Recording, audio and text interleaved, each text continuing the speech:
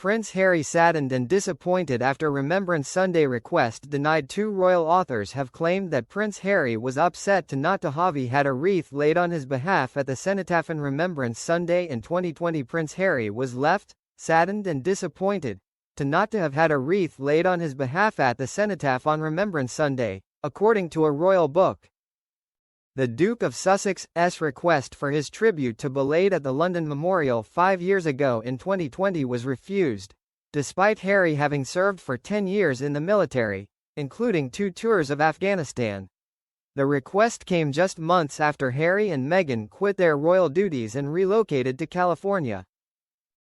When the Sussexes announced they would be leaving the firm, Harry was stripped of his military posts, including his role as Captain General of the Royal Marines.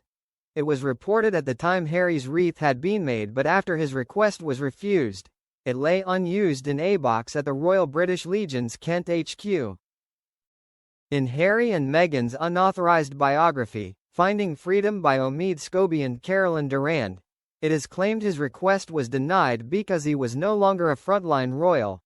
A source close to Harry told the authors he was saddened and disappointed by the decision.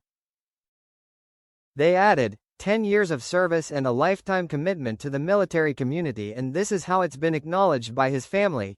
Instead, Harry and Meghan chose to pay their own tribute and were snapped laying a wreath at the Los Angeles National Cemetery and placing flowers on the graves of 2 Commonwealth soldiers. The wreath was inscribed, "In memory of the men who offered their lives in defense of their country."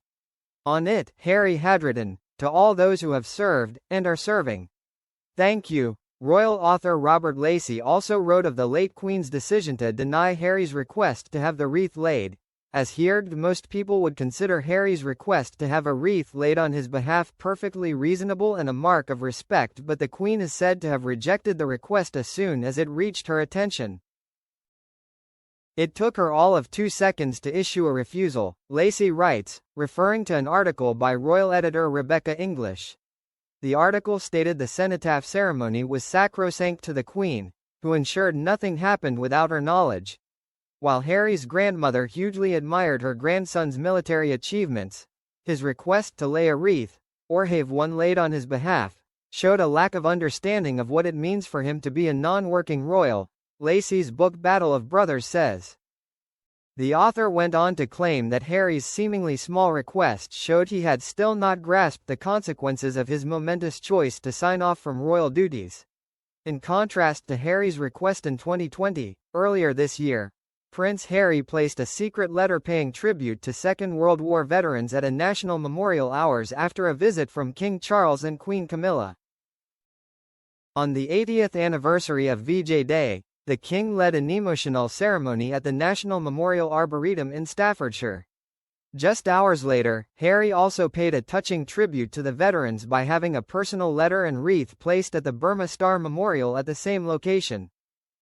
In the letter, which was attached to a poppy wreath, included his royal emblem and was signed Prince Harry, Duke of Sussex, he paid tribute to all that fought in the war, including his late grandfather, Prince Philip, who served in the Far East.